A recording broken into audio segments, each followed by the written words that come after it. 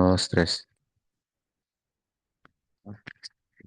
Dele acá, mire, haciendo un video. Hay que quitar esta reflexión y ponerse. Ahora pues, listo, puedo pensar que activar. Bueno, mi micrófono. Rubén, ¿Quiere el editarlo? lápiz Pues, está allá. Al lápiz sí, ya lo la cogí. brilla está calibrada. Perfecto. No, sí, Está bien. sí, nosotros Listo, regalamos. gracias.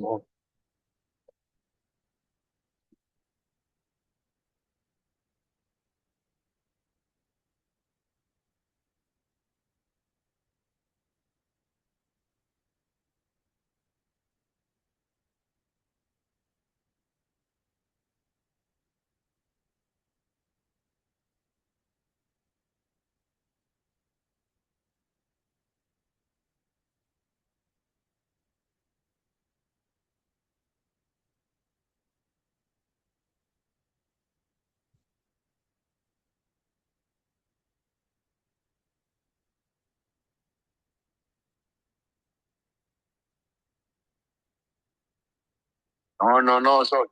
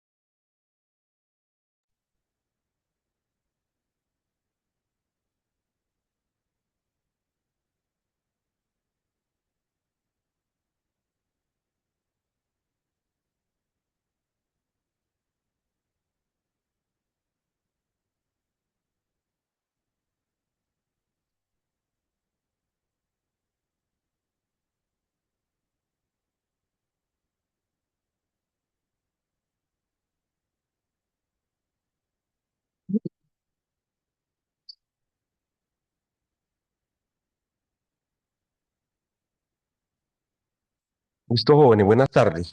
Eh, ¿Están escuchando los que están conectados? La profe, buenas tardes, sí, señor. Listo, voy a compartir pantalla.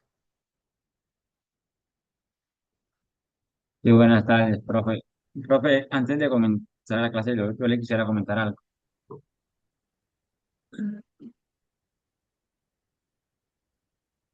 Hola, Sí, profe, ¿me escucha? ¿sí? Sí, estoy escuchando, claro. Sí, sí, profe, lo que pasa es que, pues, el parcial es mañana, ¿cierto? Sábado 21 en las regiones. Sí, Y, pues, yo pertenezco a la sede del Bajo Cauca, que queda en Caucasia. Por motivos de un paro minero que hay en la región, pues, me hace imposible desplazarme, profe. ujú, Entonces, pues, yo le mandé un correo a usted informándole sobre la situación. ujú. Entonces, era para Sí, sí, que me entiendo supiera. entiendo la situación. Después hablamos entonces del examen. ¿Listo? Ah, bueno, sí, señor, profe. Listo.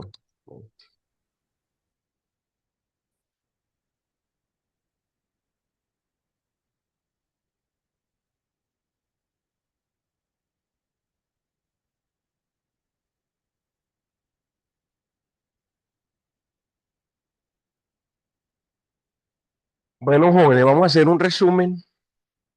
Eh,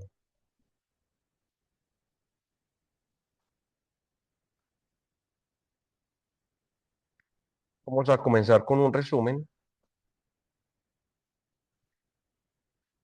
Vamos a estudiar la estadística de Fermi-Dirac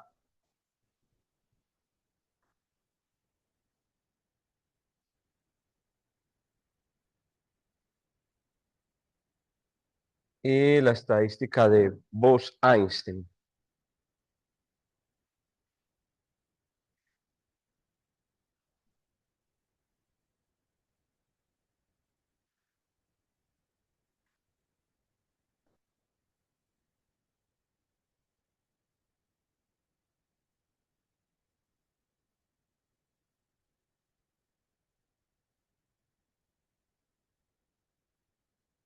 Muy bien. Vámonos con un resumen.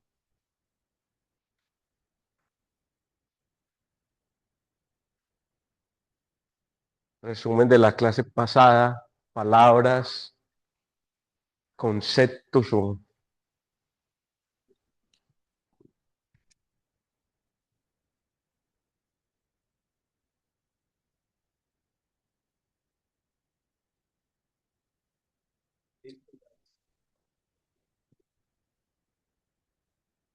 sistemas de muchas partículas.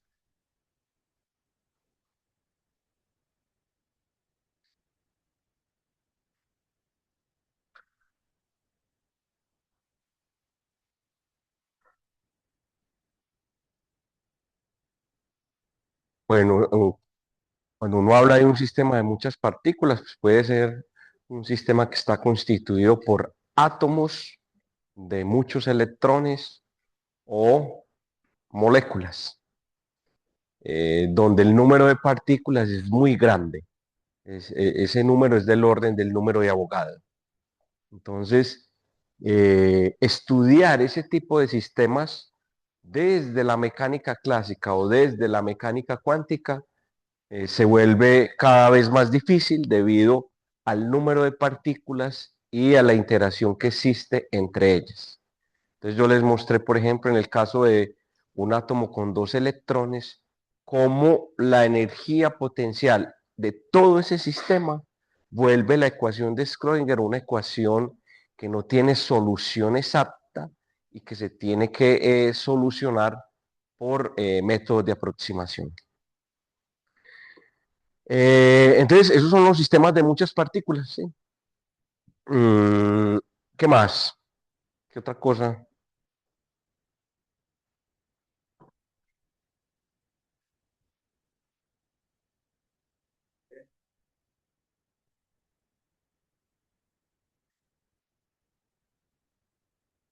Eso, entonces, una manera de abordar este tipo de sistemas es haciendo una estadística sobre el número de partículas que pueden ocupar un nivel de energía muy bien definido. Ahí estamos, por supuesto, asumiendo una cosa y es que el sistema en sí ya cumple las reglas de la mecánica cuántica, es decir, ese sistema tiene unos niveles discretos de energía. Y lo que nos va a interesar desde el punto de vista de la mecánica estadística para estudiar estos sistemas es la probabilidad de ocupación de cada nivel de energía. ¿Okay? ¿Qué otra cosa?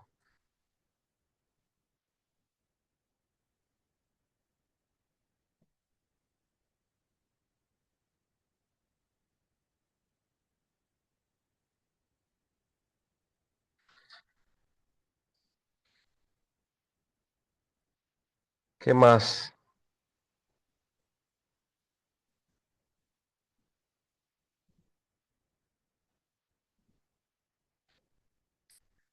Hay una cosa muy importante y es, clásicamente, las partículas son distinguibles. Cuando hablo de partículas es cualquier par de sistemas que tengan la misma composición química, el mismo peso, la misma geometría, yo las puedo diferenciar a partir de los vectores posición. Cuánticamente no hay manera de distinguir un electrón de otro. Los electrones son indistinguibles. Y eso, el hecho de tener eh, clásicamente partículas distinguibles y cuánticamente partículas indistinguibles, nos lleva a pensar en comportamientos dependiendo de este tipo de premisa, ¿no? Entonces, una cosa importante que vimos es que eh, existen también dos tipos de partículas. Una, unas son fermiones y otras son que tienen, los fermiones tienen spin semientero, aquel operador spin semientero.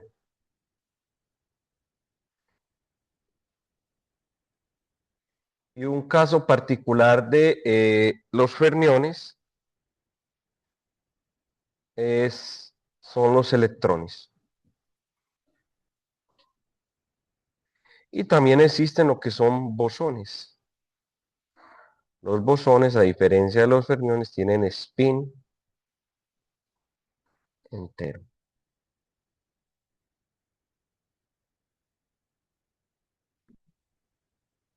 Recuerden que el spin es una propiedad intrínseca de las partículas. ¿Okay? Las partículas, los electrones o en el caso de los fotones pueden tener, además de momento angular, tienen también spin. Y la suma total del momento angular más spin, eso es el momento angular total de el electrón o los electrones o cualquier otro sistema. ¿Listo? Muy bien. Algo más. Vimos la distribución de Maxwell-Boltzmann, ¿no? ¿Cómo es esa expresión para la distribución de Maxwell-Boltzmann? N sub I.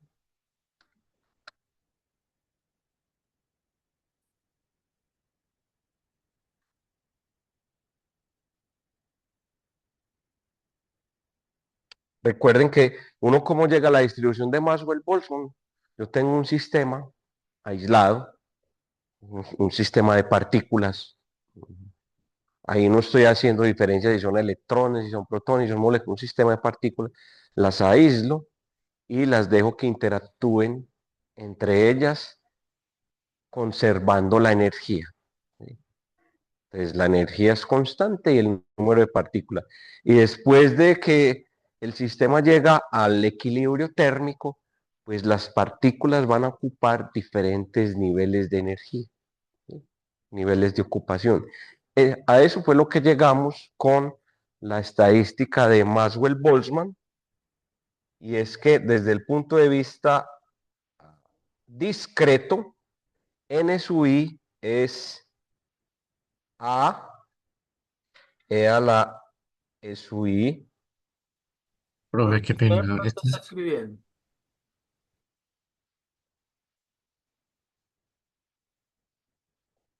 Yo estoy compartiendo, ¿no están viendo la pantalla? Solo las diapositivas. ¿Cómo? Solo vemos las diapositivas, profesor.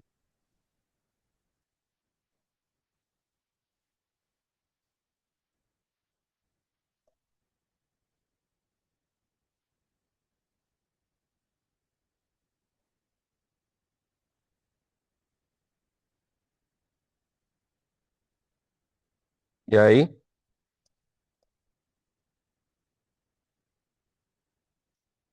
Ahí ya. Listo, profe, ahí sí ya se ve. Ok, listo. Entonces, el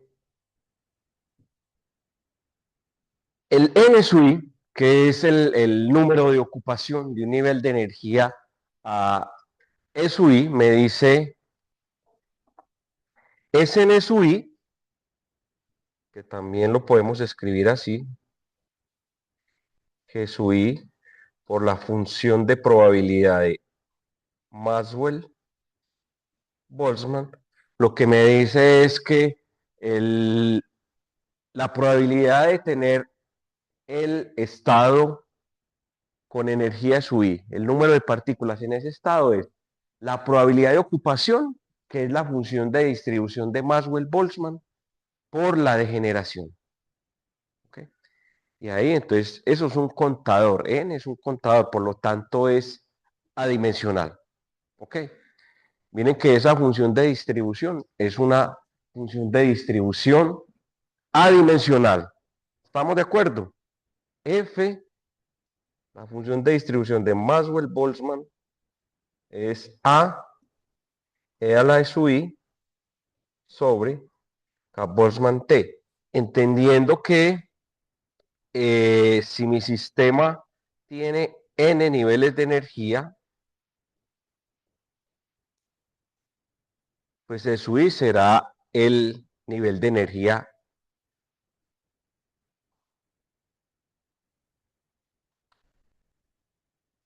¿Listo?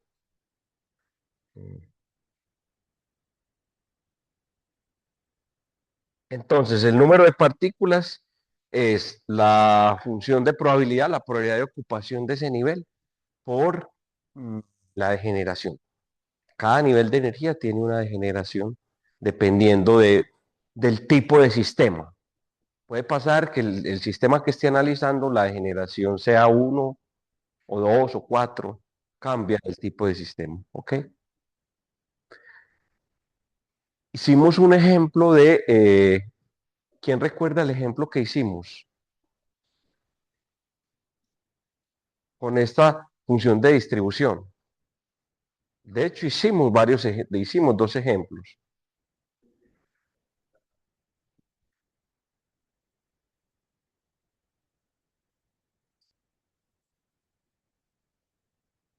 Eso, de un átomo de hidrógeno, muy bien. ¿Y cuál fue la conclusión?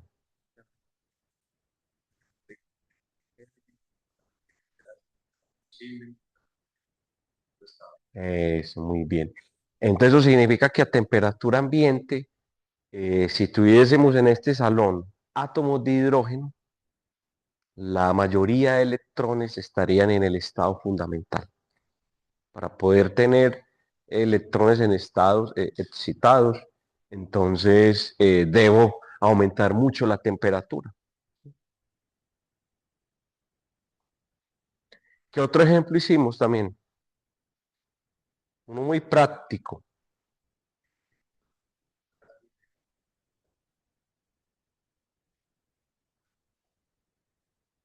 Exactamente. ¿Ah? ¿Y por cuál fue la conclusión? Usando la estadística de Maxwell-Boltzmann nos dimos cuenta que si uno considera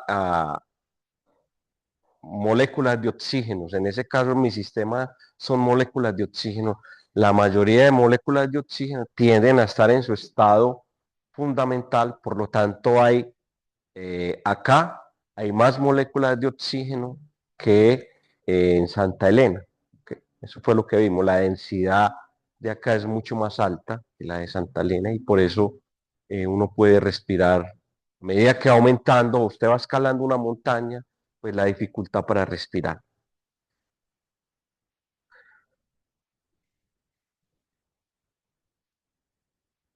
Bueno, preguntas con esto. ¿Tiene alguna?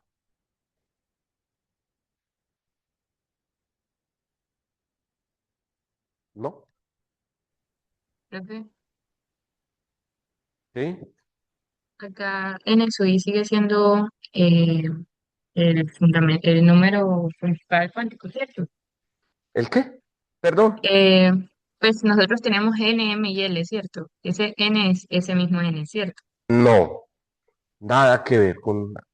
No, no, no, no, ¿Ese no, no. N cuál es? N, el N que nosotros estudiamos en el átomo de hidrógeno era un número cuántico. Del átomo de hidrógeno, un estado del electrón.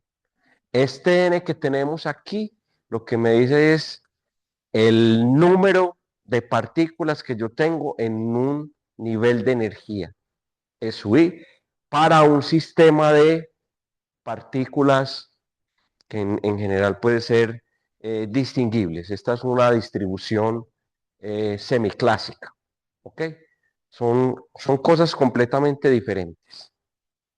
El n de allá es Listo. un número cuántico, ¿listo? Y ese es SUI, esa es la función. No, la función, porque la No, función de distribución es F m sub b, que es la de Maxwell-Boltzmann, ¿cierto? Ese esta, es SUI y esa que es. esta es la distribución y esta GSUI es la degeneración del nivel de energía SUI.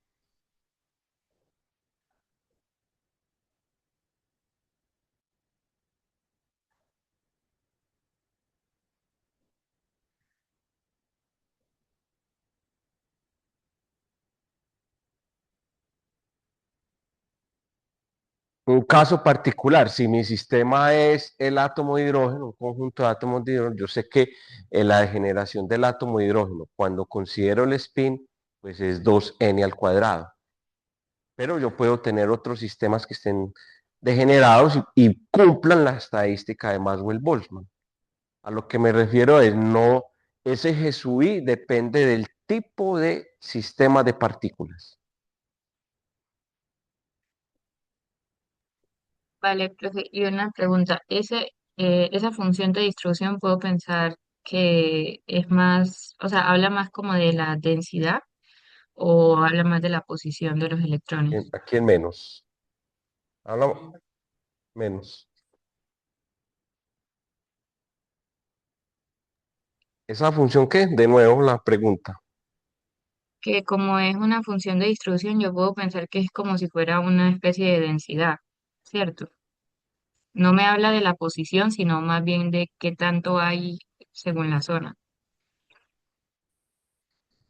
Sí, es claro que esta función de distribución depende de la energía y la temperatura, ¿no?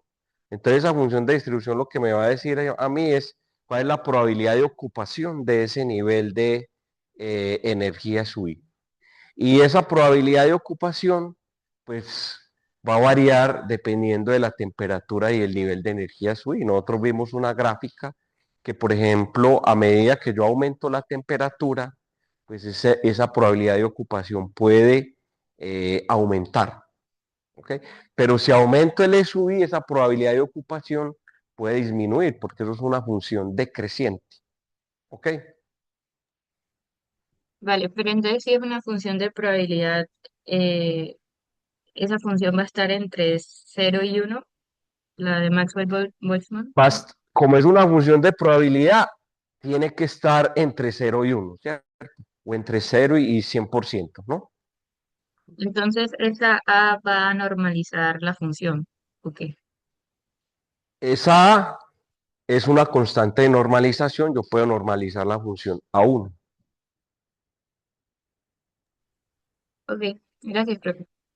Ujú. ¿Alguna otra pregunta con esto? Una cosa importante, uno puede pasar de sistemas discretos a sistemas continuos, y entonces ln sub e ya me queda así, y esto sería igual a g sub e por la función de distribución de Maxwell-Boltzmann, pero ya continuo, ¿no? Continuo. ¿Ok?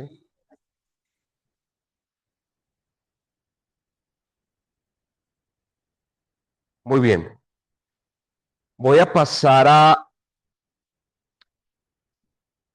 la parte de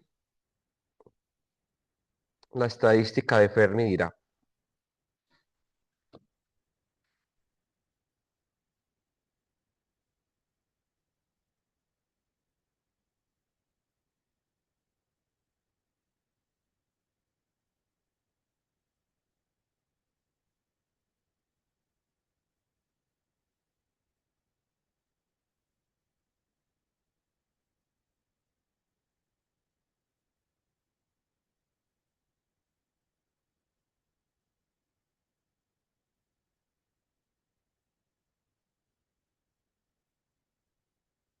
Bueno, lo primero es que esta estadística está asociada a fermiones. ¿Ok? Está asociada a fermiones.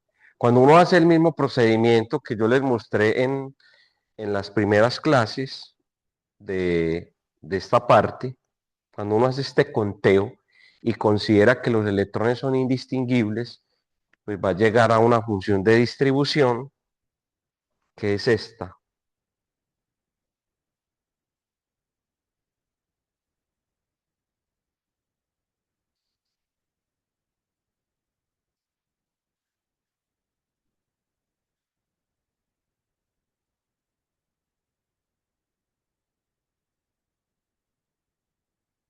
Esta es la función de distribución de Fermi-Dirac. Se usa para fermiones.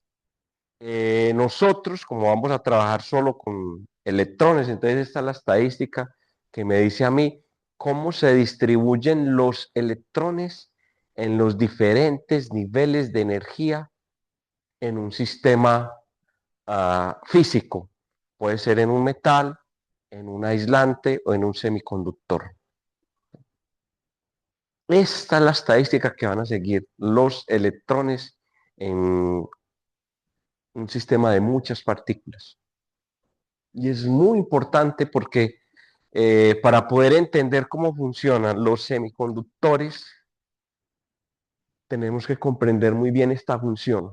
Entonces, esta va a ser la estadística de Fermi-Dirac. Ah, claro, tiene su parte discreta, pero también tiene su parte continua.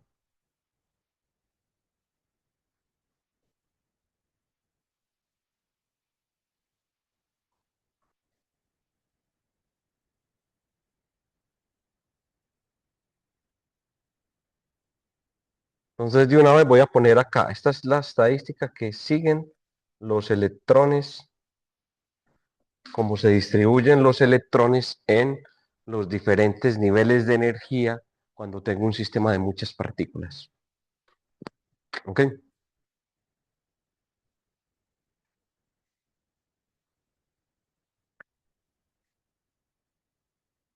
Eh, bien. Mm, Vamos a estudiar esta función rápidamente. Ahorita les muestro un gráfico de esa función, pero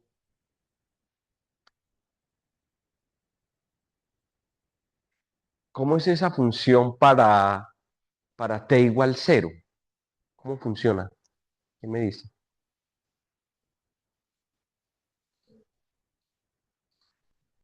Hey. ¿Ah? Daría uno.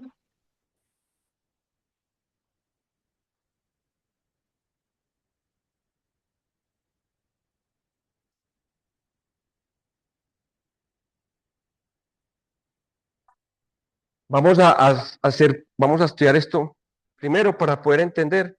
Pongamos que T es igual a 0 Kelvin, listo, 0 Kelvin. ¿Y qué pasa para E mayor que E de Fermi y para E menor que E de Fermi? ¿Cómo se comporta esa función? O sea, si yo hago un gráfico de la función de probabilidad, aquí está la función de distribución,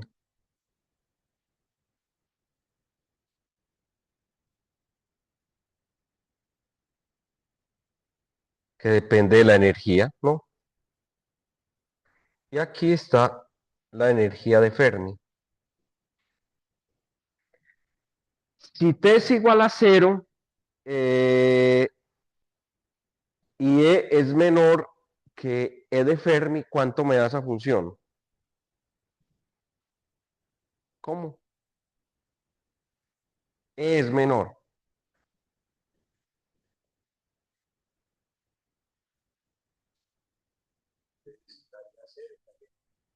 Muy bien, o sea que esto es 1, ¿sí?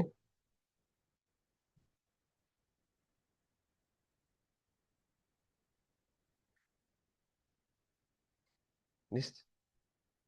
Eso significa que en términos físicos, como esto es una probabilidad de ocupación, ¿qué significa? Que a T igual 0, por debajo de la energía de Fermi, la probabilidad de ocupación es máxima. Es 1, ¿no? Es 1, ¿cierto? Para cualquier valor de energía que yo esté por debajo de la energía de Fermi, por acá, por acá, por acá, por acá, por acá, la probabilidad de ocupación es máxima. O sea, en esos sistemas físicos, todos los niveles de energía por debajo de la energía de Fermi, ese su F lo vamos a llamar, voy a poner acá, se llama E de Fermi, se llama la energía de Fermi.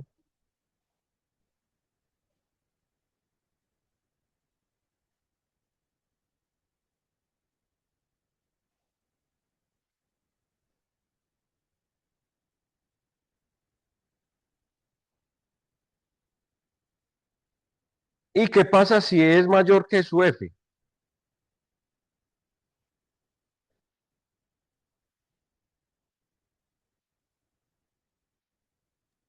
Daría cero. Daría 0, o sea, la probabilidad de ocupación por, por encima de la energía de Fermi es 0. Entonces, la energía de Fermi es muy importante vamos a ver que es muy importante en metales, porque la conductividad en metales se puede dar, lo vamos a ver en la próxima unidad, la conductividad, usted puede, ¿cómo se genera la conductividad en un metal? Vamos a ver que cuando yo aplico una diferencia de potencial en un metal, pues los electrones se mueven. Pero físicamente, desde la mecánica cuántica, ¿qué va a pasar? Pues que, por ejemplo, yo puedo ir de un nivel de energía a otro, o puedo moverme sobre un mismo nivel de energía. Entonces, esa energía de Fermi me va a decir a mí, por debajo de la energía de Fermi, todos los estados van a estar llenos de electrones. Por encima de la energía de Fermi, todos los estados van a estar desocupados. Eso es muy importante porque en los metales, si uno tiene un electrón en este nivel de energía, con una pequeña variación en la temperatura, él puede ir a ocupar un estado de energía por encima de la energía de Fermi. Y mire que ahí ya eso, ya este salto que yo estoy mostrando aquí, eso ya es generar movimiento de cargas, es conductividad. Entonces, la temperatura en el caso de metales y en conductores juega un papel muy relevante. ¿Está bien?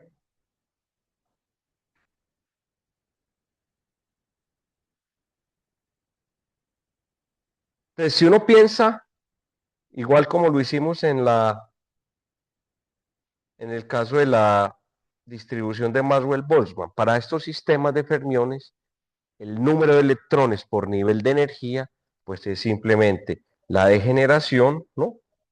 Por la función de distribución de Fermi-Dirac. ¿Ok?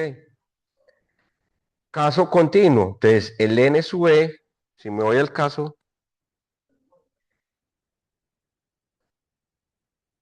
es g sub e.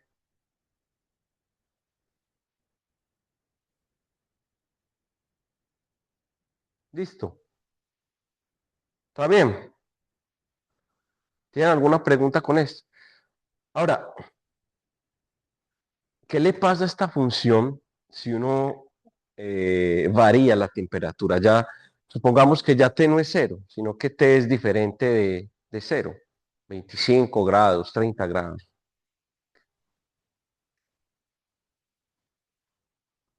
¿Qué creen ustedes que le pasa a esa función? A esa, ¿cómo? Vamos a verla aquí.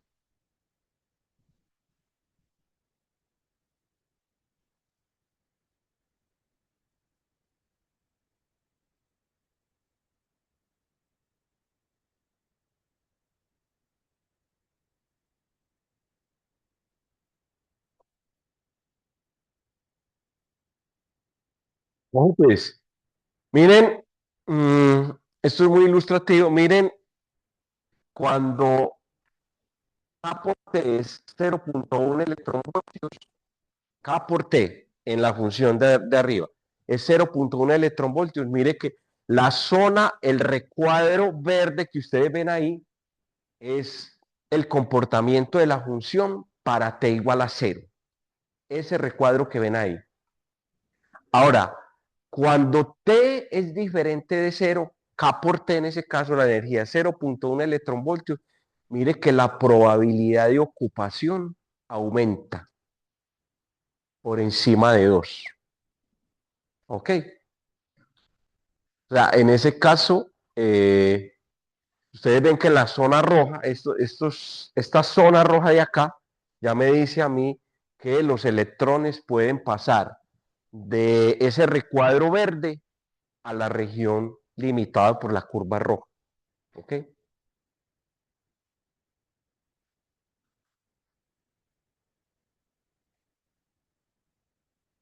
¿Sí es claro eso o no?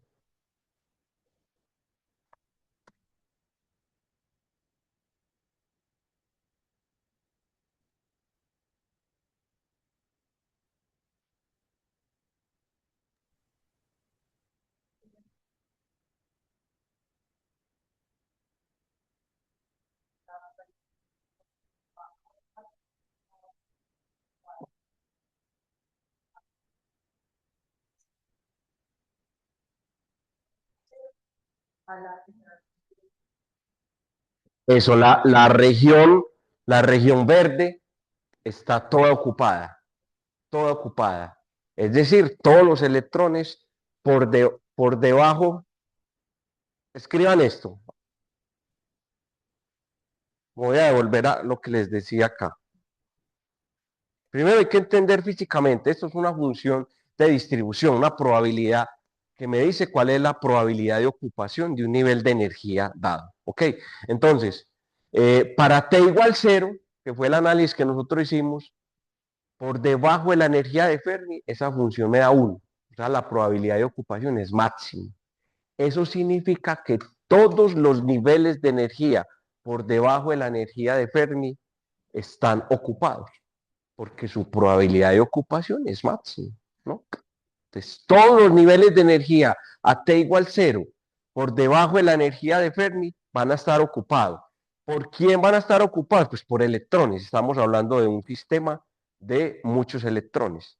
Ya después nos vamos a usar esto que yo les estoy diciendo aquí a sistemas específicos, metales, semiconductores, pero tanto en metales como en semiconductores, la distribución de los electrones van a seguir esta función que estamos viendo acá, la función de probabilidad. ¿Listo? Entonces, mire que esto es para T igual 0. ¿Qué les dije yo? Si T ya no es 0, sino que yo aumento la temperatura,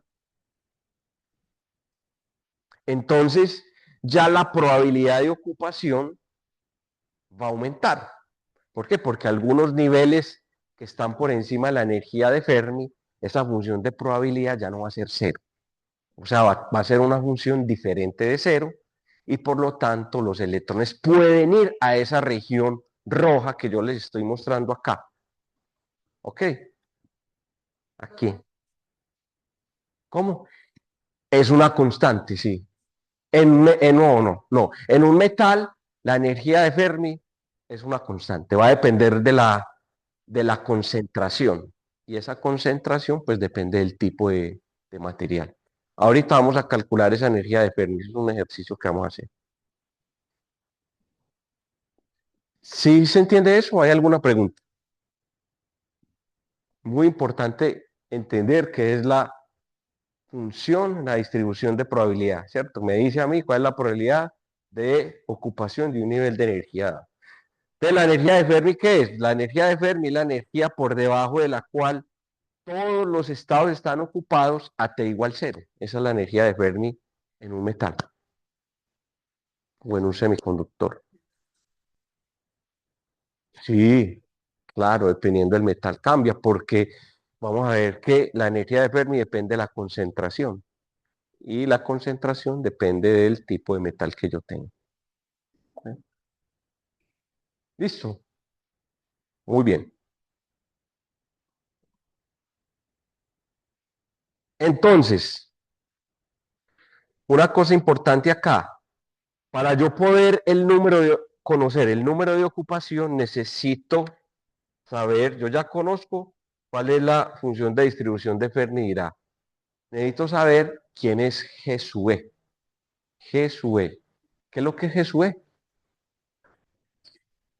La degeneración del estado. Para poder conocer esta degeneración en el caso de un sistema de electrones, entonces vamos a hacer el siguiente ejercicio. ¿Hasta aquí alguna pregunta, inquietud?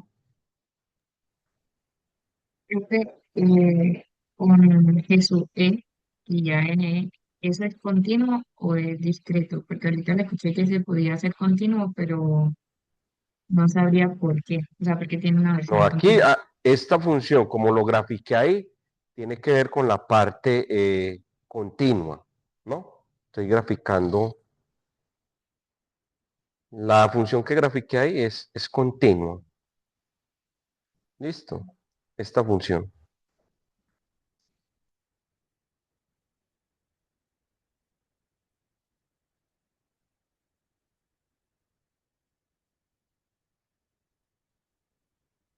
Muy bien. Entonces,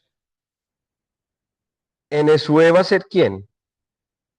NSUE va a ser la degeneración por la función de distribución de Fermi-Dirac. Cuando tengamos que un sistema de electrones.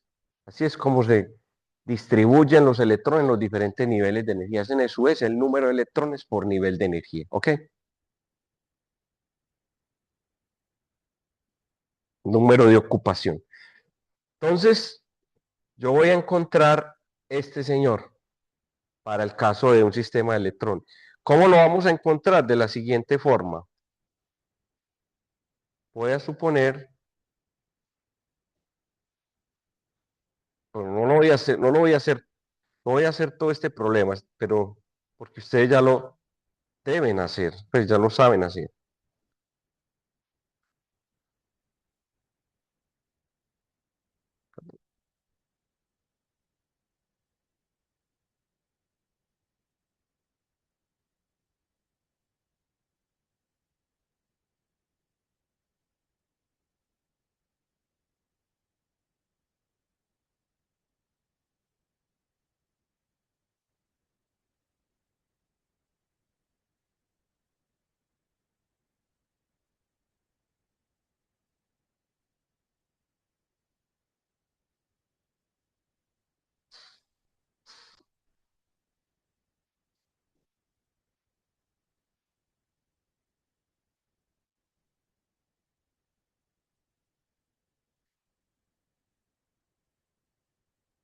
Esto lo voy a llamar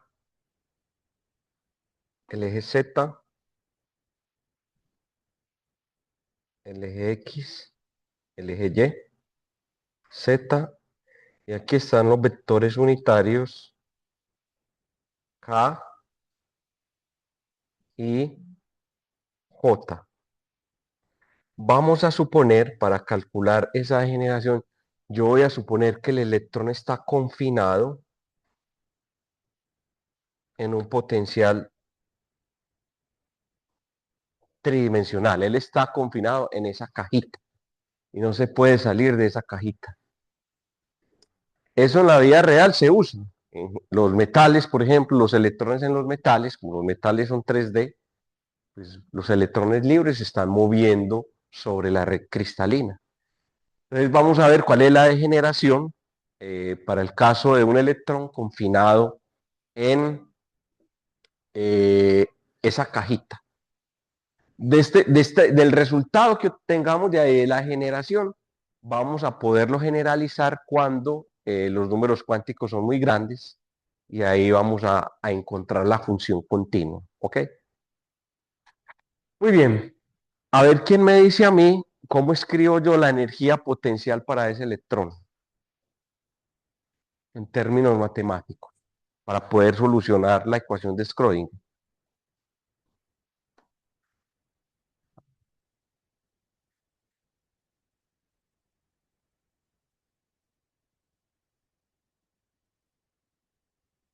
Vamos a resolver la ecuación de Schrödinger para ese electrón en esa cajita, sometido a esa energía potencial. ¿Cómo escribo yo la energía potencial ahí? ¿Ah? ¿Cómo? No, la energía potencial. ¿Cómo? Entonces, eso. Entonces, llamemos este cubito, esto es L, ¿no? Y esto es L. Entonces, la energía potencial es cero, ¿sí?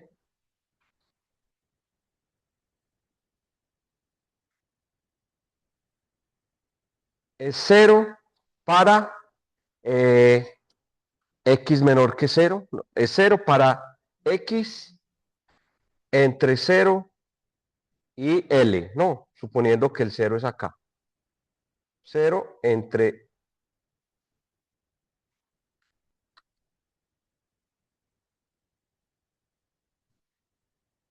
y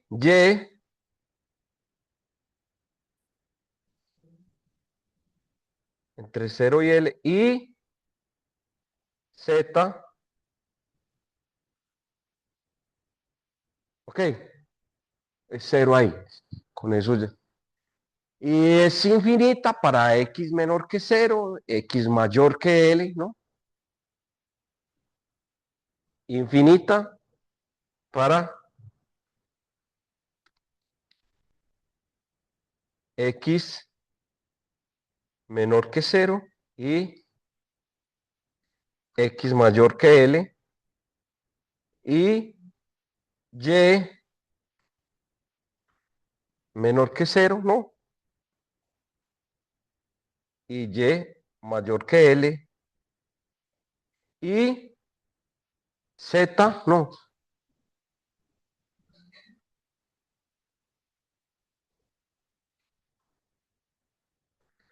Con eso tengo completa seguridad de que la partícula está confinada en el interior de esa caja. Porque cuando llega a las fronteras siente una energía potencial muy grande, por eso pongo infinito, y lo que hace es moverse en esa sola región. ¿Ok?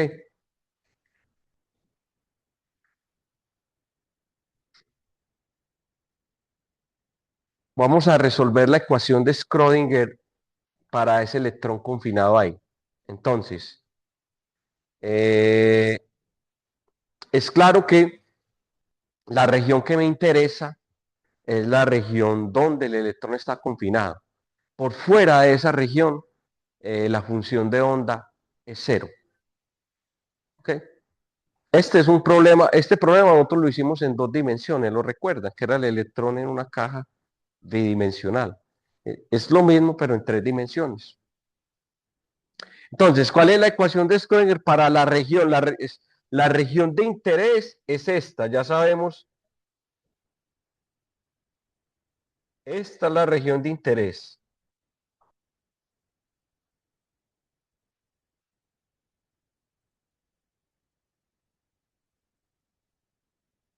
¿Cómo planteo ahí la ecuación de Schrödinger? A ver, ¿qué me dice? Entonces, H por la función de onda es igual a ¿quién? Muy bien. ¿Y H es quién?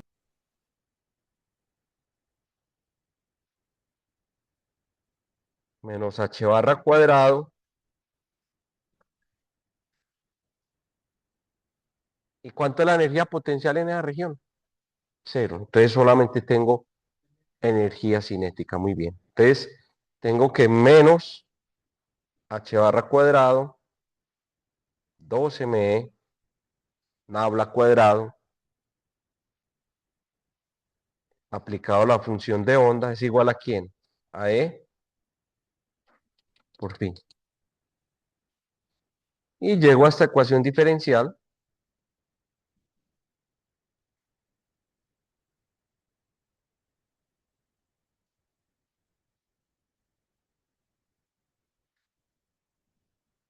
Esto es cero. ¿Ok?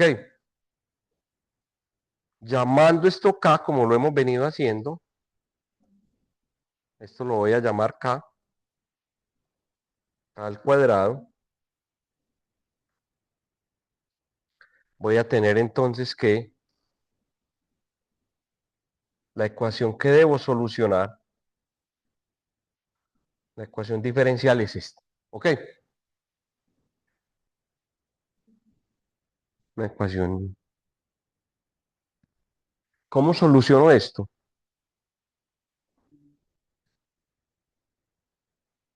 Separación de variables, como lo hicimos en 2 dimensiones. O la energía. Entonces, ¿qué es separación de variables? 3 funciones. Una función de X, una función de Y y una función de Z.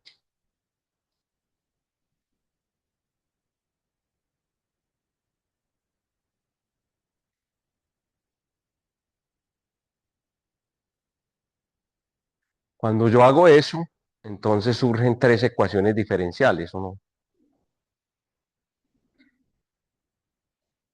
Pues voy a hacer una partecita, pero ustedes ya lo saben hacer, ¿sí? Esto recuerden que es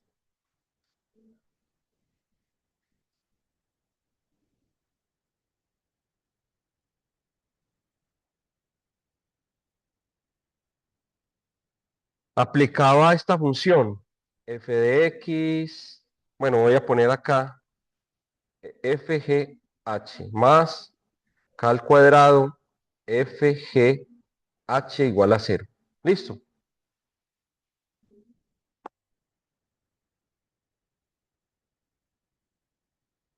Eh, Aquí entra esta función, me queda, ¿qué me queda? Me queda g por h, la segunda derivada de f respecto a x, más la que depende de y. Entonces me queda fh por la segunda derivada de g con respecto a y, más esta que depende de fg, la segunda derivada de h respecto a z, más k al cuadrado por fg. FGH y esto igual a cero. ¿Está bien? Y divido todo por FGH. ¿Qué me queda? De acá me queda 1 sobre F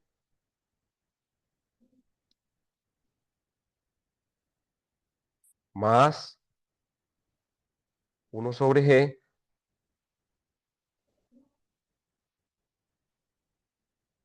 más 1 sobre H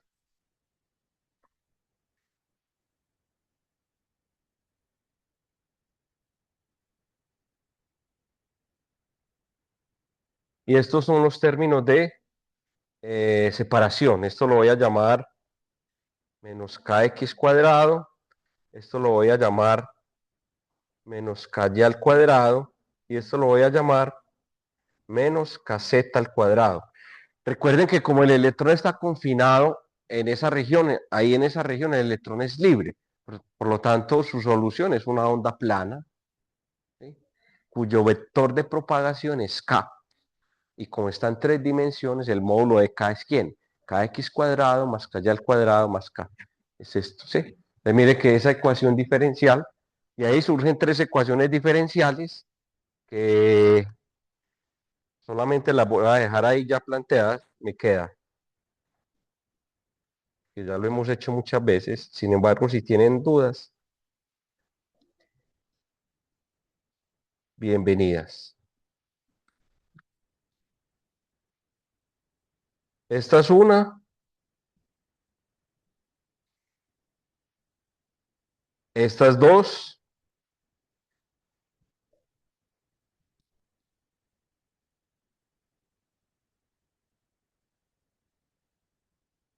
y la tercera es con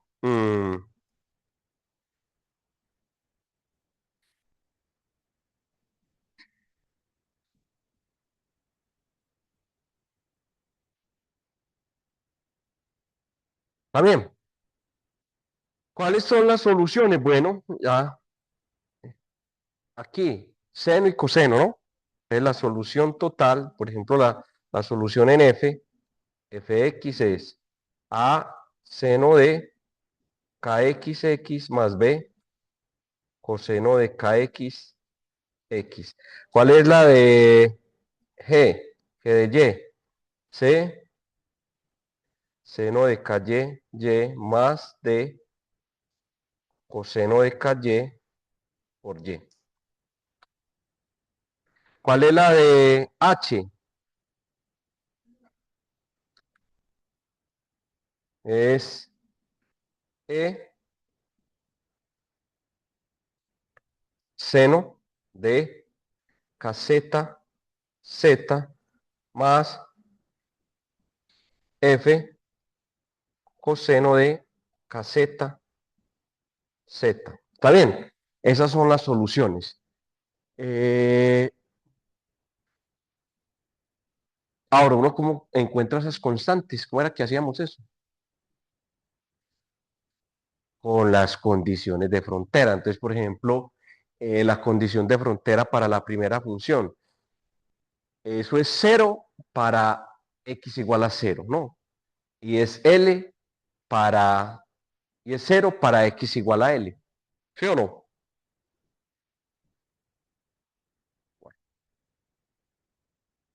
Entonces, la primera condición de frontera para encontrar el caso X. Entonces, ya sabemos, esa función tiene que ser 0 por fuera, 0 en x igual a 0 y 0 en x igual a L. ¿Está bien? Entonces, cuando hago x igual a 0 y eso me tiene que dar 0, ¿qué me queda? Que b es 0, ¿cierto? Y la otra, cuando x es igual a L, ¿qué me queda?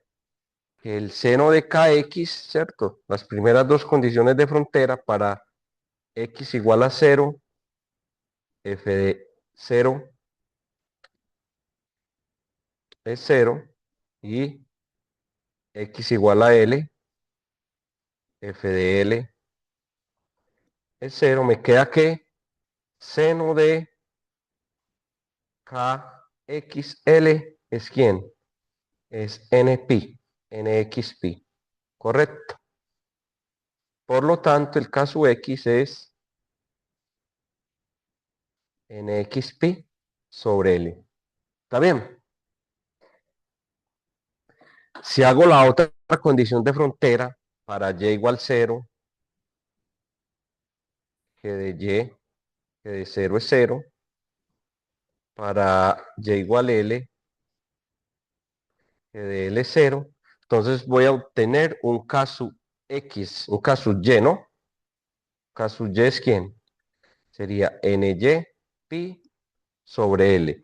Y si aplico la otra condición de frontera, Z igual a 0, significa H de 0 es 0, Z igual a L, significa H de L igual a 0. Tengo que K sub Z es NZ pi sobre L. Jóvenes, ¿con esto tiene alguna pregunta o sabemos llegar a esto? ¿Sí? Ok. ¿Sí? Con el seno no debería ser que el seno de kx por L es igual a cero. ¿Cómo?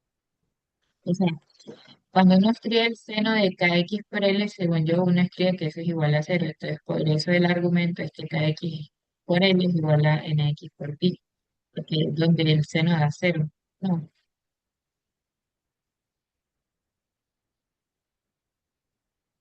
Ah, ya, aquí.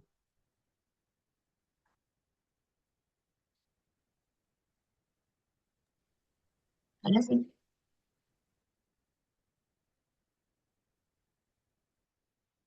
Listo, más preguntas. ¿Todo bien? Muy bien. Entonces miren que ya tengo KX, KY y KZ. Como tengo KX, KY y KZ, ya puedo encontrar la energía, ¿no?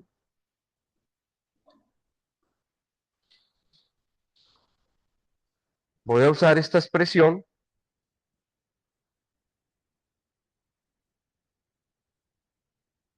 Yo sé que 12me por E sobre H barra al cuadrado es KX al cuadrado, ¿no? K al cuadrado.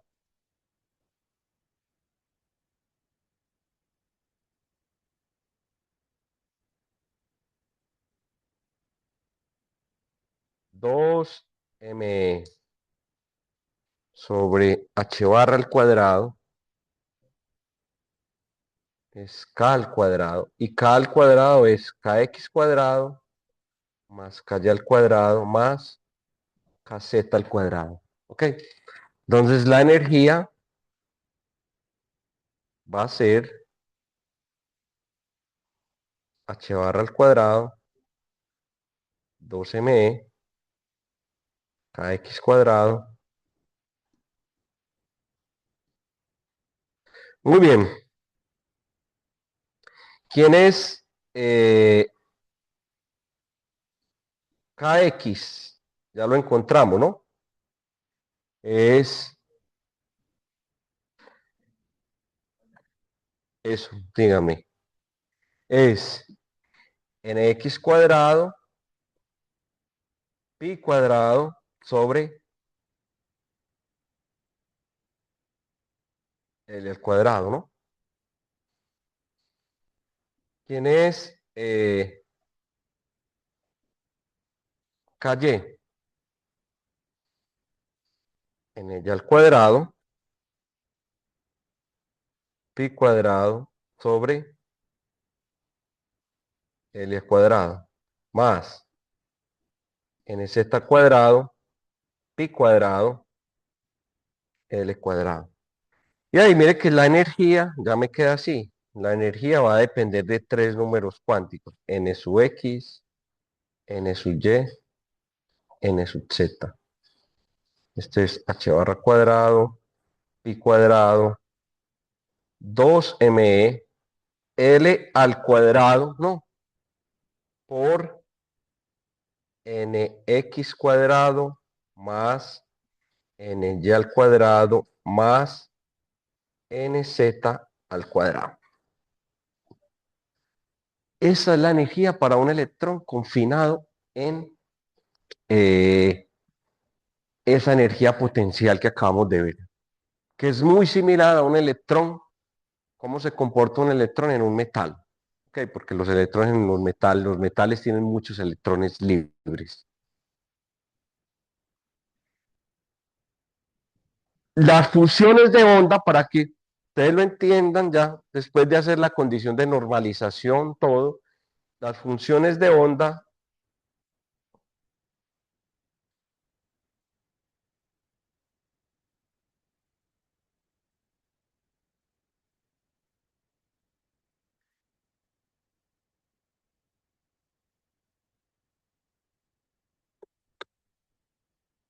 En dos dimensiones, recuerden que nos daban 2 sobre L, ¿cierto? En una dimensión nos daba raíz de 2 sobre L. En dos nos da 2 sobre L.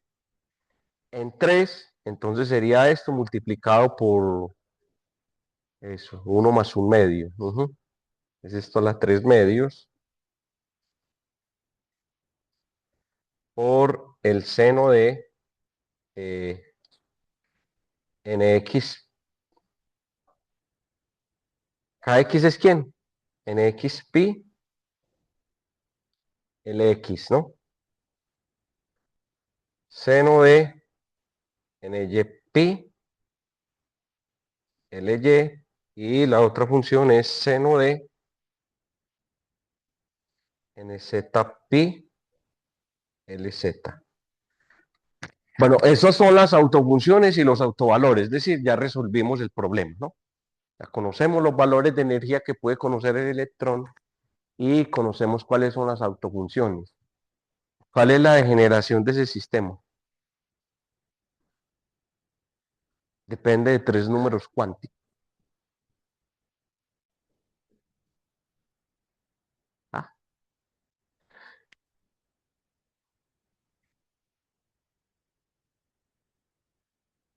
bueno, va a depender del nivel de energía. Por ejemplo, el nivel 1, 2, 1, ¿cuál es la degeneración de ese nivel? 1, 2, 1.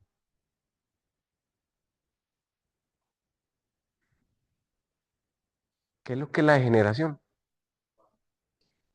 ¿Cuántas autofunciones? Entonces, supongamos que tengo el nivel de energía E121. Es claro que ese nivel de energía tiene la misma energía que 211, 2121. ¿Ok? Tiene la misma energía. Pero ¿cuántas autofunciones tiene? El nivel de energía este.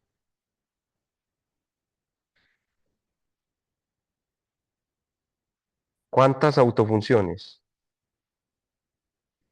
Entonces yo les digo una, por ejemplo, 1, 2, 1.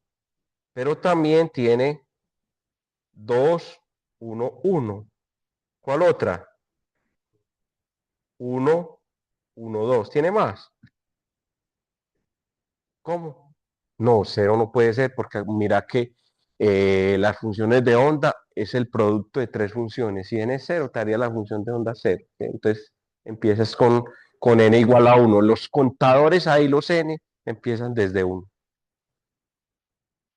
Entonces, tengo 3 funciones de onda asociados a ese nivel de energía, o sea, la degeneración es 3. Ahora, si yo les pregunto, ¿cuál es la degeneración del nivel de energía 1, 2, 3? ¿Cuánto será?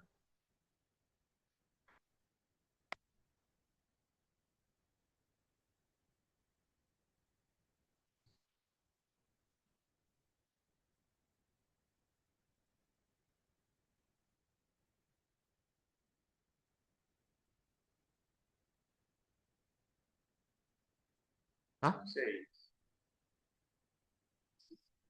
6. ¿Por qué? 3 factorial, la permutación 1, 2, 3. ¿Sí? Por ejemplo, una función es cuando nx vale 1, ny vale 1 y nz, perdón, nx vale 1, ny vale 2 y nz vale 3. Eso es una función asociada a ese nivel de energía, ¿correcto? Pero yo también puedo mover el 3 hacia adelante y también tendría otra función, 3, 1, 2. Entonces, en realidad tengo 6 autofunciones asociadas a ese nivel de energía. Por lo tanto, la degeneración, aquí la degeneración es 3 de este nivel de energía.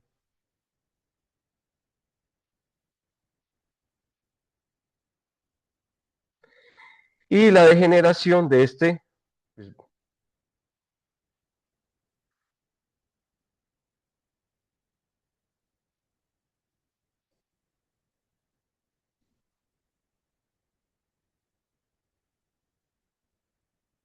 ¿qué me falta aquí? ¿Cuánto? Me faltan 2, me faltan 3.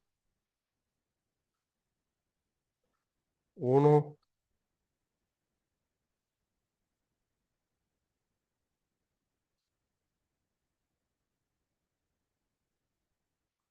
2, 3, 1. ¿Cuál más? 3, 1, 2. 3, 2, 1. Listo, entonces esto es 6 factorial.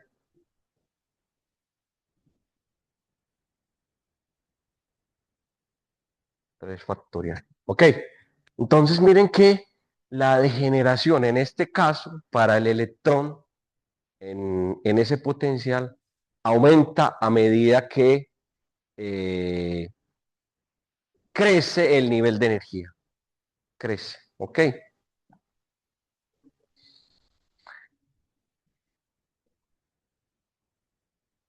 Ahora, si yo tengo muchos electrones, en lugar de tener un electrón, tengo muchos electrones y los niveles n sub x, n sub y, n sub z tiende a infinito, ¿cómo encuentro yo entonces la degeneración para ese sistema?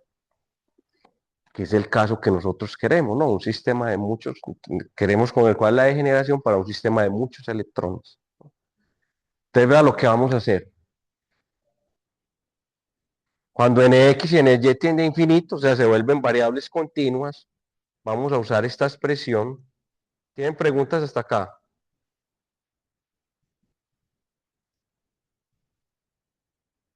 Los que están conectados,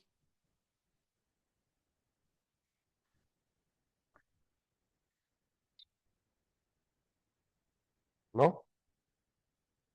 No, profe, por ahora todo claro. Y lo de las degeneraciones teniendo en cuenta lo que hacía el spin, ¿cierto? Que le quedaba dos veces la función, ¿cierto? De nuevo, me repites la pregunta, qué pena, es que no, lo de las degeneraciones, Y yo me acuerdo que nosotros, cuando conocimos el concepto de generación, uno sacaba la cantidad teniendo en cuenta las relaciones de N, M y L, ¿cierto?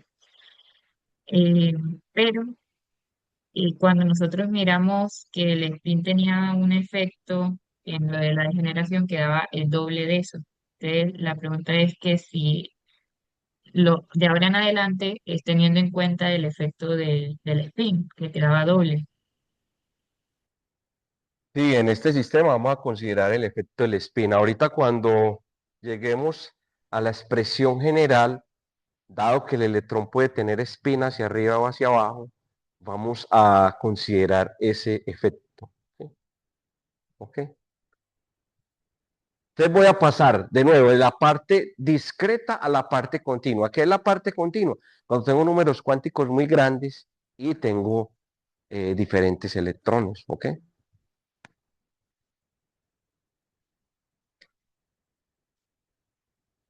Entonces voy a usar esta expresión. Ojo pues a lo que voy a hacer acá.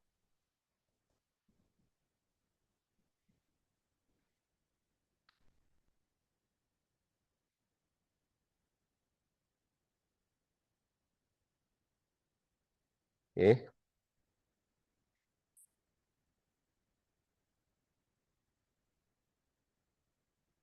La expresión es esta. E es igual a h barra 2m L al cuadrado. Aquí me quedó un pi al cuadrado, ¿no? Pi al cuadrado.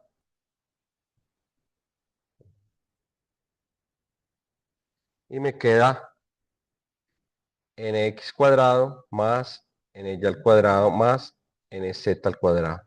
Voy a hacer lo siguiente. Voy a pasar esto por acá. 2ml al cuadrado. H barra pi al cuadrado. Y esto es nx, ny y nz. Y a esto voy a decir que esto es R al cuadrado para poder encontrar la densidad de estados en el caso continuo. La energía. Muchas gracias.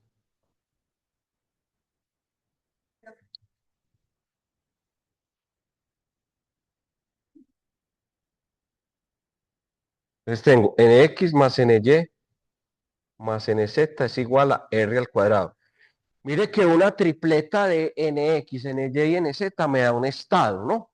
Entonces, si yo soy capaz de contar todos los n, pues ahí voy a tener cuál sería la degeneración o el número de estados, ¿ok? Entonces, lo que voy a hacer para poder contar, que cuando cuento es porque estoy encontrando la degeneración de cada nivel de energía, es esto. ¿A qué ecuación se les parece esto aquí? ¿Qué ecuación? Una esfera, La muy bien. circunferencia. Perdón. Una esfera, ¿cierto? Entonces, si yo dibujo acá,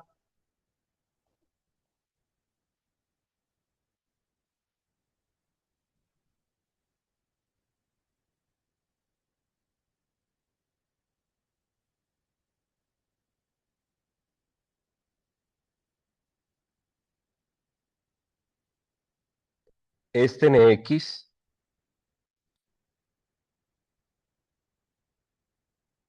E,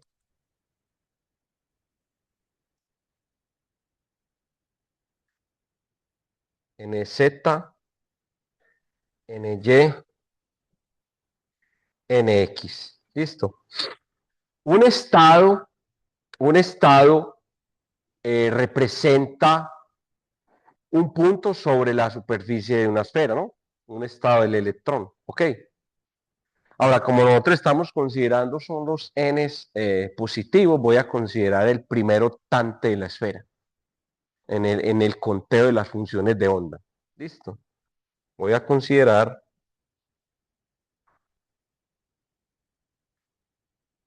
este primer octante. Mire que un estado del electrón representa un puntico acá.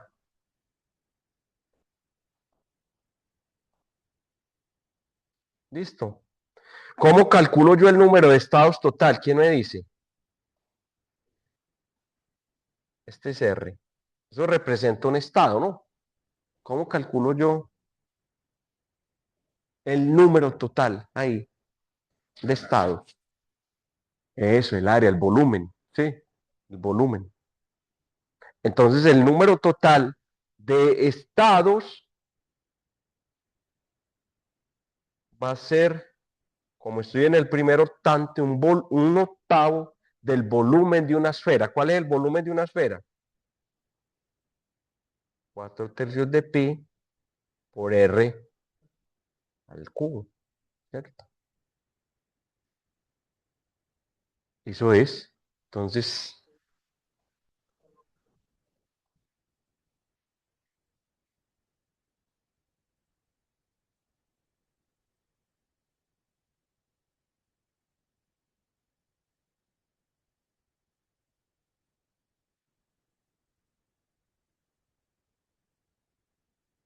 o sea que esto me da ¿cuánto? Esto me da NE es 2/3, ¿no?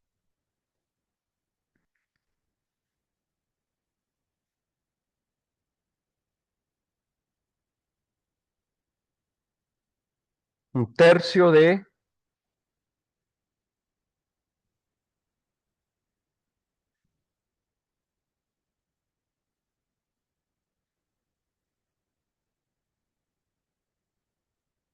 un sexto de pi por r al cubo. ¿Ok? ¿Quién es r?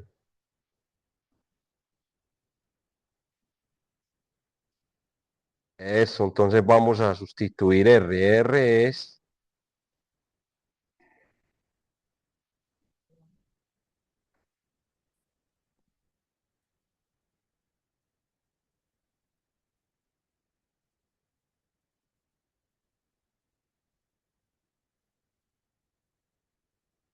R es 2m L al cuadrado por E, toda la raíz, no. Entonces de una vez eso me queda la 3 medio, ¿no? 2m L al cuadrado por E sobre h barra cuadrado pi al cuadrado y todo a la 3 medios, ¿correcto?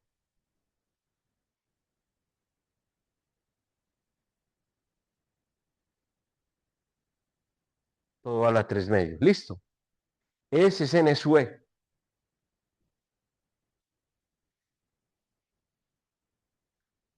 Porque estamos considerando en los contadores solo los n positivos. Entonces, no, nx, ny, nz, entonces tenemos que considerar solo el primer octante de la edad, porque los otros ya serían negativos. ¿Sí? ¿Sí? Los n. ¿Cómo? Porque mira que este es r y r está elevado a la 1 medio, ¿cierto? Velo aquí, ve. Mira el r aquí. Esto es r cuadrado. Entonces, si saco raíz, te queda la 1 medio. Por eso es que te queda ya la 3 medio. ¿Listo? Listo. La degeneración, ojo. La degeneración es que, de nuevo, número de funciones de onda por nivel de energía.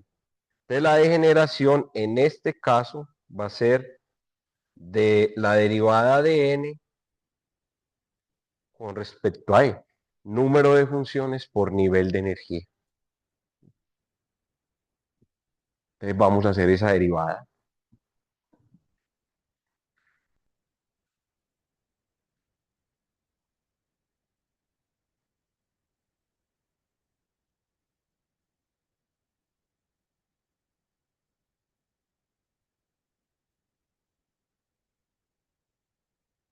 Bueno, esa es la degeneración. Simplifiquemos un poco esto para poder hacer la derivada más sencilla. N sub e es un sexto de pi. Por ejemplo, me queda L a la 3, ¿no?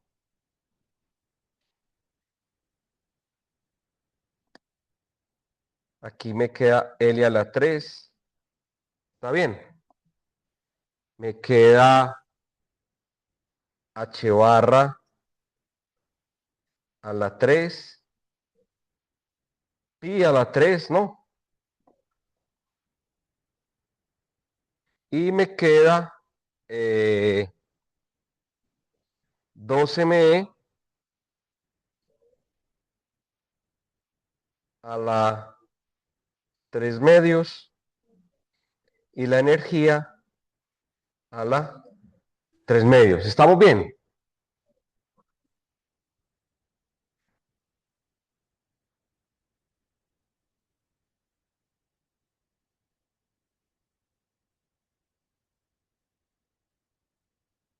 ¿Vamos? ¿Sí o no?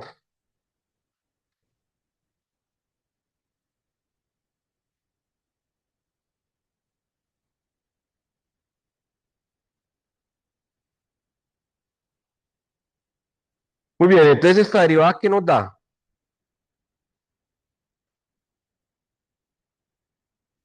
¿Quién me dice qué nos da?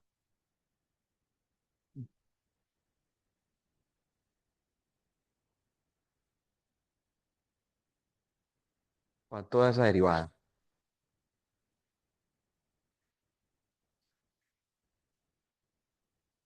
Toda la constante, muy bien, entonces me queda un sexto de L a la 3, H al cuadrado, H barra al cubo por pi al cuadrado, 2me a las 3 medios, y me queda 3 medios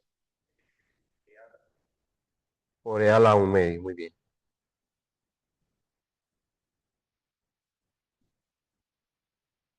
Y aquí puedo seguir simplificando, ¿no? Entonces me queda ¿quién?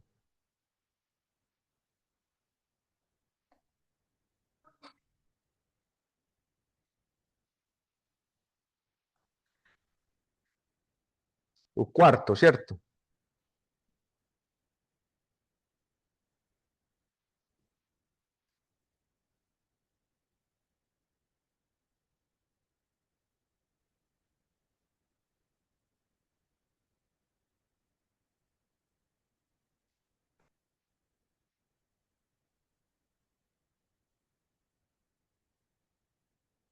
Listo. Entonces ahí ya llegamos a la degeneración. Esta es la degeneración el número de funciones de onda es G sub E. Y eso nos dio esto que ustedes ven acá arriba.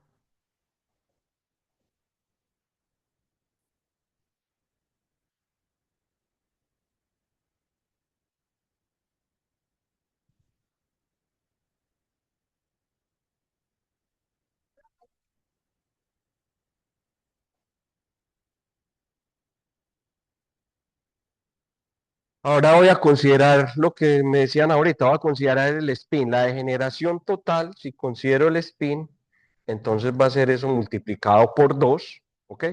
Y me queda que esto es un medio.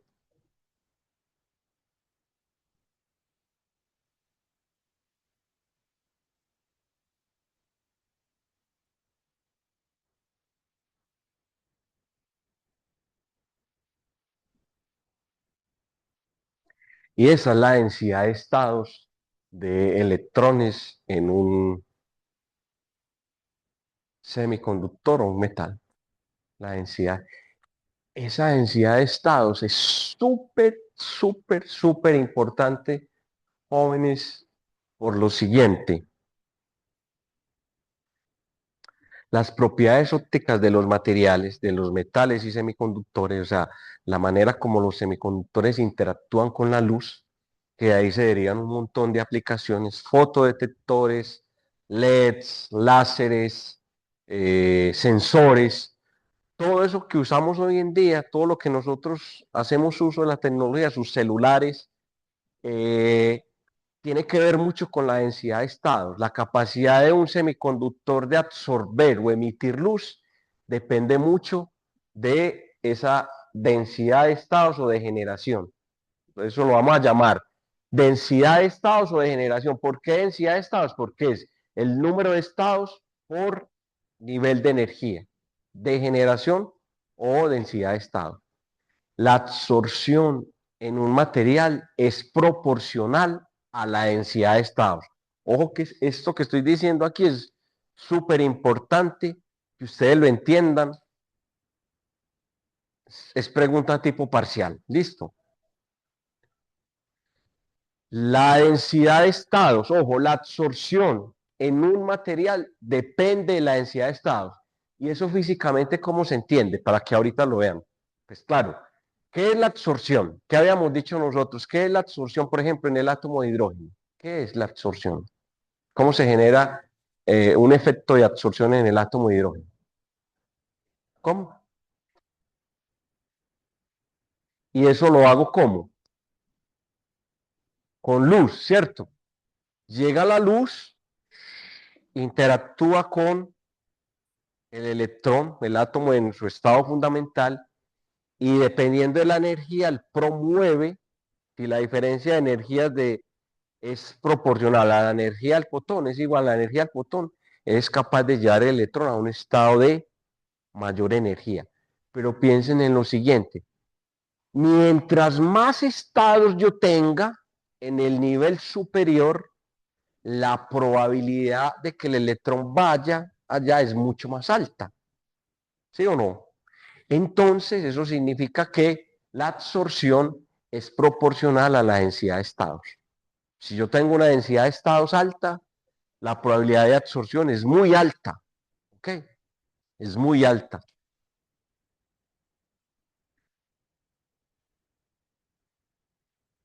Mire que de hecho, si uno grafica esa densidad de estados o esa degeneración, le da una parábola de esta manera, ¿no? Si uno grafica esa densidad,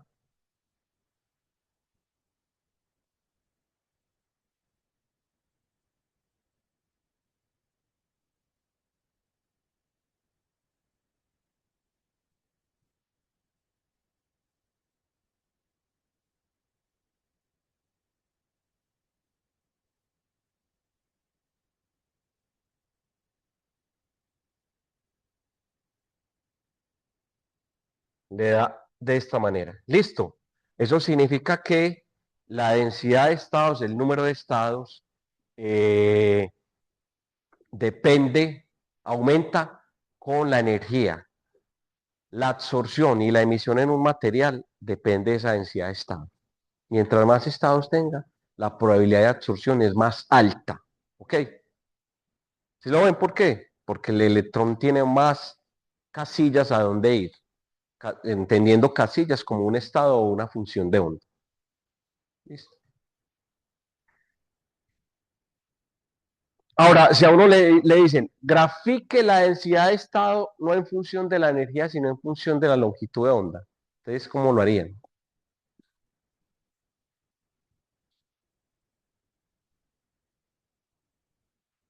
Recuerden que hay una relación entre la longitud de onda y la energía para un electrón. No, eso es para un fotón. Nosotros encontramos esa relación para un electrón libre. ¿Cómo era? Eso. Pero si ustedes ponen eso ahí, es claro que la relación, la forma funcional de la densidad de estados o la degeneración en términos de la longitud de onda es inversamente proporcional, ¿o no? Es inversa. Ahí es directamente proporcional, ¿no? Pero si yo sustituyo la energía en términos de la longitud de onda, me va a quedar que la densidad de estado es inversamente proporcional a la longitud de onda. ¿Eso qué significa? Que si yo aumento la longitud de onda, la densidad de estado decrece. Cualquier semiconductor, cualquier sistema físico, cuando uno hace un espectro de absorción de ese sistema físico, de una estrella, del Sol, ustedes van a ver que la densidad, la absorción decae a medida que yo aumento la longitud de onda. Y eso nos dice en qué región yo puedo aplicar ese material. Por ejemplo, para diseñar una celda solar. Por ejemplo, para diseñar tu celular. Para diseñar un láser, un sensor. Esas curvas de absorción y de emisión no sirven para eso. Y dependen mucho de la densidad de estados. ¿Ok?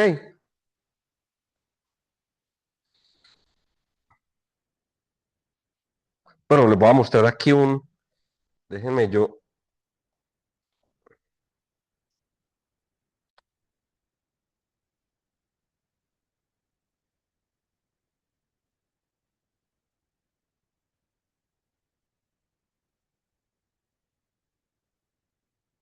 Miren lo que les digo. Si uno hace una curva de la absorción en función de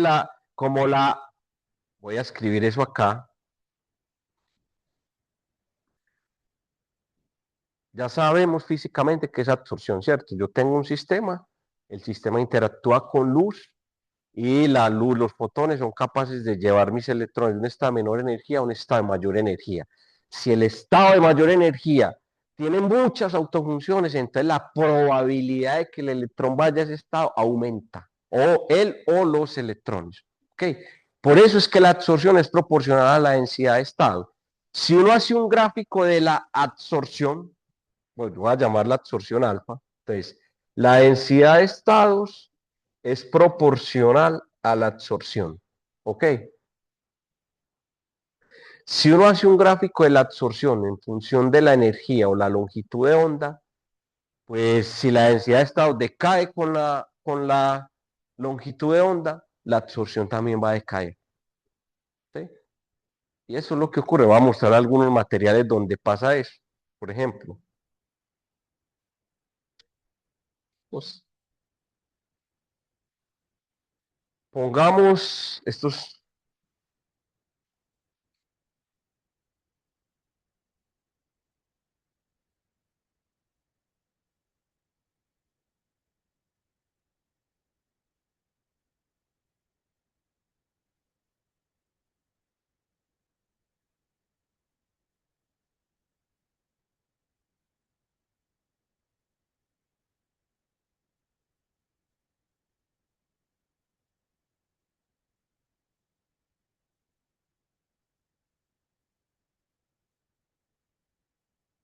Por ejemplo, vamos a ver este material.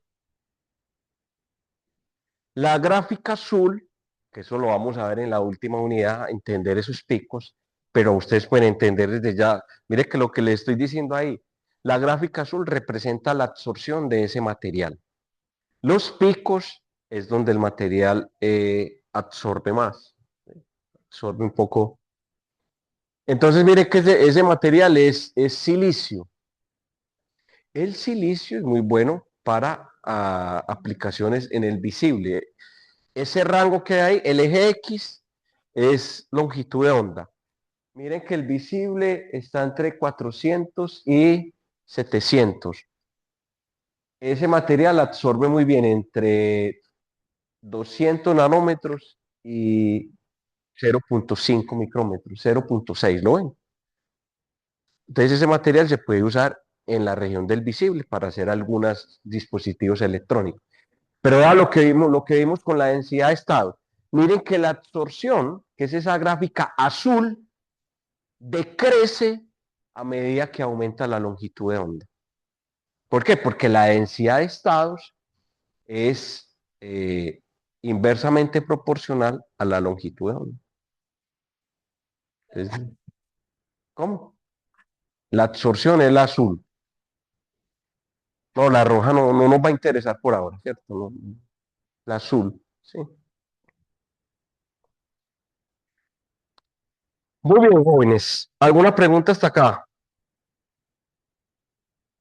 Entonces ya encontramos, ahora sí me voy a devolver todo este procedimiento para encontrar Jesué. Ya encontramos Jesué. Después de este proceso, ahora vamos a calcular quién es el N sub E, ¿cierto? Para uno encontrar el N sub E total,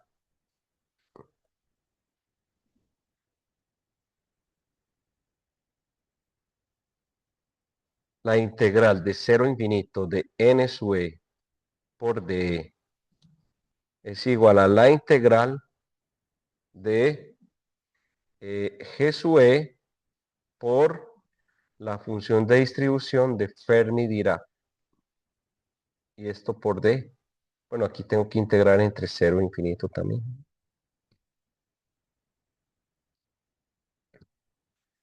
Cuando uno suma esto entre 0, N sub E por D, de 0 a infinito, simplemente me da el número total de electrones. ¿Ok? Y aquí pues tengo que sustituir. ¿Quién es G sub E? Ya lo encontramos. G sub E es un medio. Sí, consideramos con el espín. Un medio de L a la 3 sobre H barra pi al cuadrado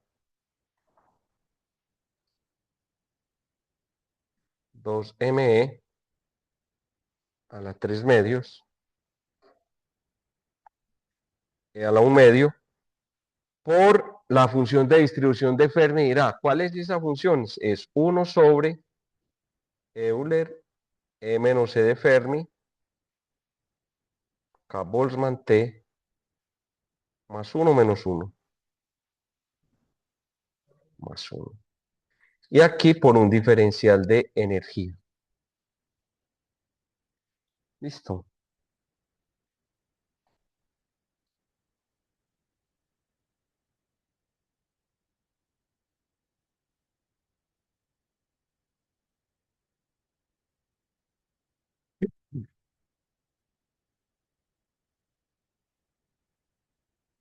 Entonces, miren, L a la 3 es L a la 3, de acuerdo a lo que nosotros vimos en el ejemplo, es el volumen del cubo. ¿Listo? El volumen del cubo. Entonces voy a decir que N sobre B,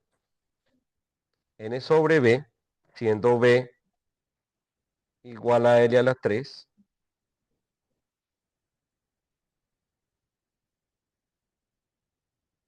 me da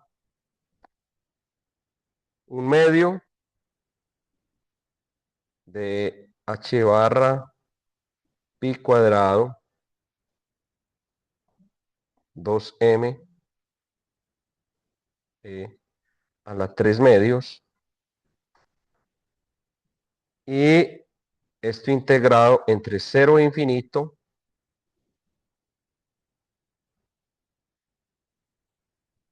e a la 1 medio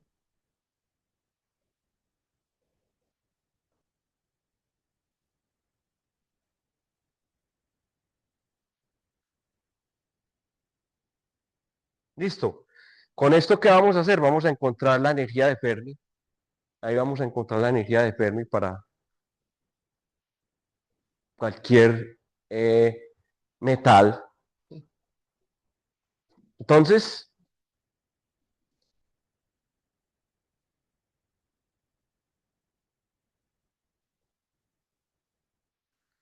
voy a pasar esto para acá simplemente.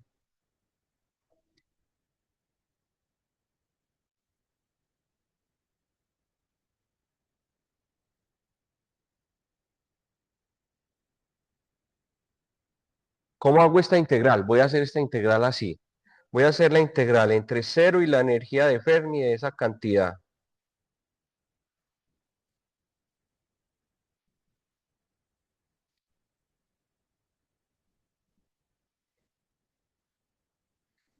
Más la integral entre 0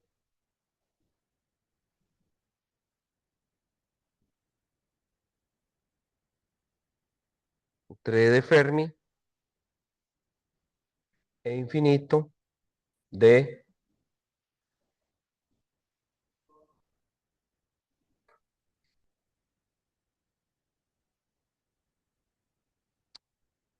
a Boltzmann T más 1. Ahora, para encontrar la energía de Fermi, pues yo tengo que, recuerden que la energía de Fermi, ¿qué era la energía de Fermi? Es la energía por debajo de la cual todos los estados están ocupados a T igual 0 en un semiconductor o un metal. ¿Sí?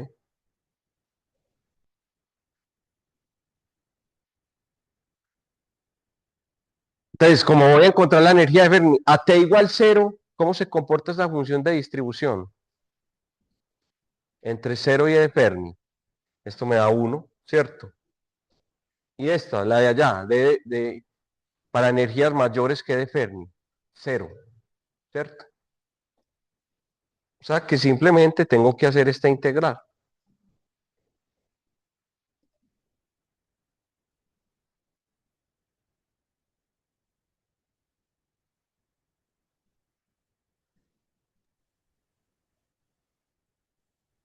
Y estás liberando.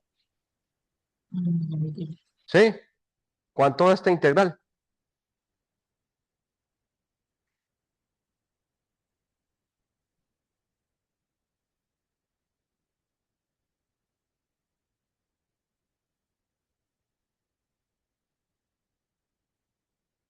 ¿Cuánto? 2/3, muy bien, de E de Fermi, ¿no?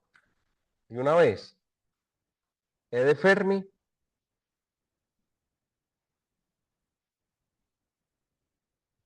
y ahí, jóvenes, ya puedo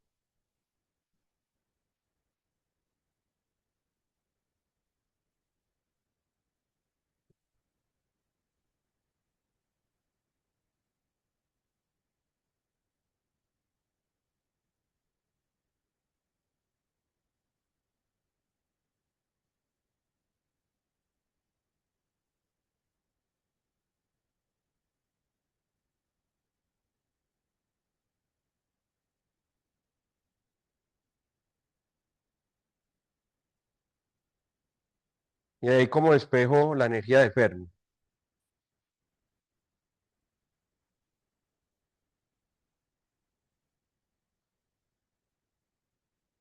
Eso, entonces me queda, ¿puedo sacar esto o no?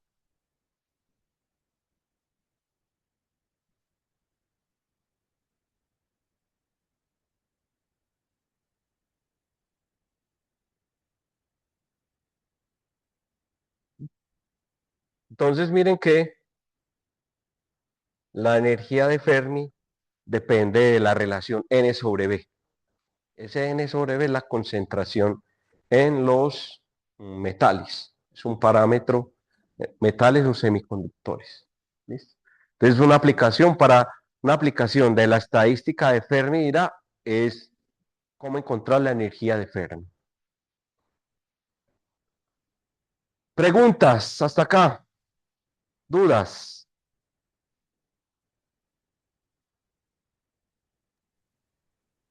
Una pregunta, pues la parte de abajo de la función de A1, eso es cierto cuando t es cero, ¿no? Sí, cuando te ser. Así, ok, entonces podemos hacer esa suposición bajo esa condición, si no, esa integral no da uno. No, No, esa integral, no, esa parte de la función, la integral no, esa esa función parte de de la función. probabilidad no. Sí, estoy haciendo para t igual cero, para poder encontrar la energía de Fermi. ¿Ok? Vale. ¿Sí? Ahorita también había hablado sobre la relación entre la energía y la longitud de onda de un electrón, pero la verdad yo no la recuerdo y lo busqué en mi nota y no lo encontré, no sé si nos lo puedas recordar, porque como que lo hice en clase pero no lo escribí, entonces no me enteré. No entendí nada. Perdón. Entendieron. Yo no entendí nada lo Pero, que, qué pena lo que dijiste la última. ¿Cómo? ¿cuál es la relación entre la energía y la longitud de onda de un electrón? Ah,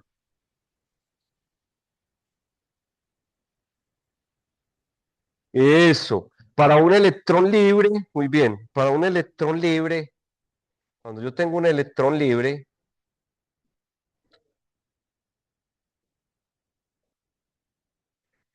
recuerden que la energía cinética, como tengo el electrón libre, solamente tiene energía cinética, no está sometido a ninguna fuerza. Entonces, esto es h cuadrado, k cuadrado sobre 2m. ¿Por qué? ¿Qué nos dice Broglie? Nos dice que cada partícula tiene asociado un momento o una longitud de onda. ¿Y quién es K? K es h barra, es h sobre 2pi. ¿Y quién es K? 2pi sobre lambda. Entonces P es h sobre lambda. Desde aquí uno puede encontrar eso, ¿cierto? Me queda que la energía cinética es h barra cuadrado es ¿cuánto me queda? H cuadrado, 4pi cuadrado, ¿cierto? K al cuadrado es ¿quién? 4pi al cuadrado sobre lambda y todo esto sobre, cancelo esto con esto y me queda entonces que la energía cinética es h barra cuadrado 2m e lambda cuadrado, ¿no? Entonces miren que la relación entre la energía y la longitud de onda es inversamente proporcional, ¿ok?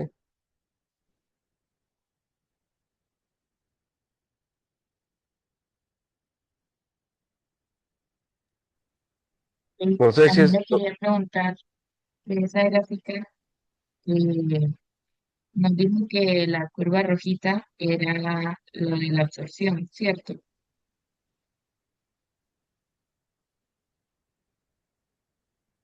la azul es la absorción, la azul, Ah, perdón, la azul es la absorción. Ahí sí. le llaman dizque extinction coefficient y también le dicen K.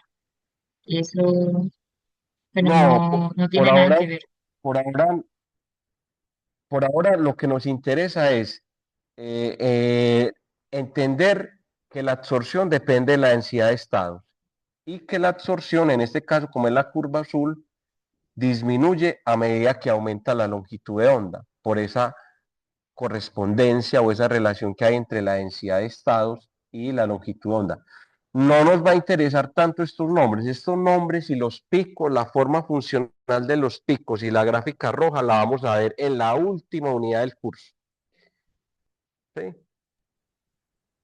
Vale. ¿Y la absorción es un número de 0 a 1 o qué rango tiene? La absorción, pues, claro, un material puede absorber completamente la luz. Por ejemplo, un cuerpo negro. Entonces la absorción es 100%. Entonces la absorción está entre 0 y 100%. Solo que cuando la luz interactúa con un material, un semiconductor, un metal o un aislante, hay varios procesos. Hay absorción, reflexión y transmisión.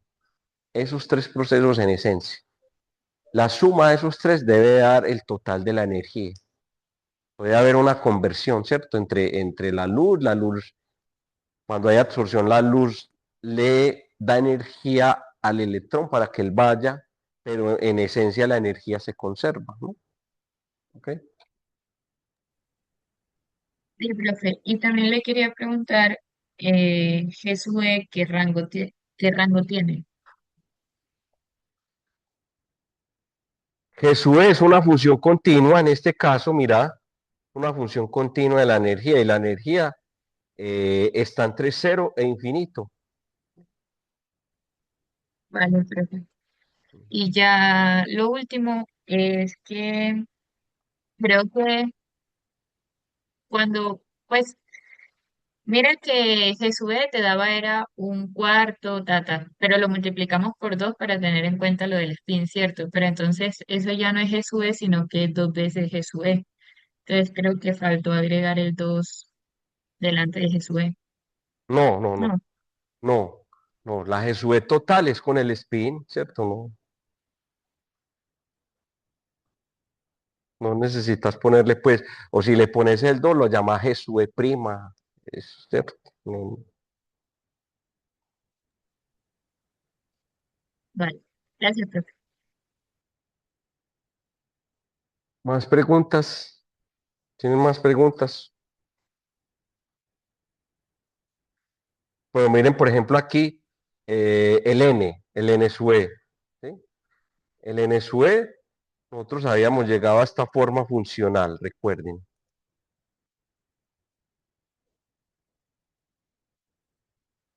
Este es el N sub E para T diferente de cero, ¿sí? N sub E, este es G sub E y este es F sub E. Listo. La próxima clase, el lunes haré el lunes, no, el lunes no. El martes voy a hacer un taller. El miércoles vamos a ver la estadística de Bose-Einstein y hay una aplicación muy bonita que es cómo funcionan los láseres. ¿Listo?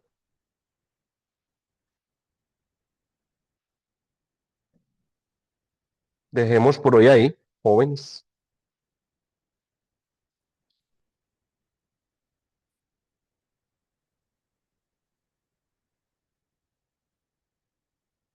Que tengan buen fin de semana los que están conectados. Recuerden que mañana tienen el examen los de las regiones y los que tienen la sede acá en Medellín, el aula para presentar el examen es este auditorio. Este es 10 ¿qué? 10, 118. Listo, no se les olvide. 10, 118. Ya los otros en las sedes respectivas, salvo el compañero que está en Caucasia, que tiene un problema, hay un problema pues ya general debido al paro. Bueno, que tengan un fin de semana, un buen fin de semana, que descansen. Hasta luego. Hasta luego, profe. Muchas gracias. Mm.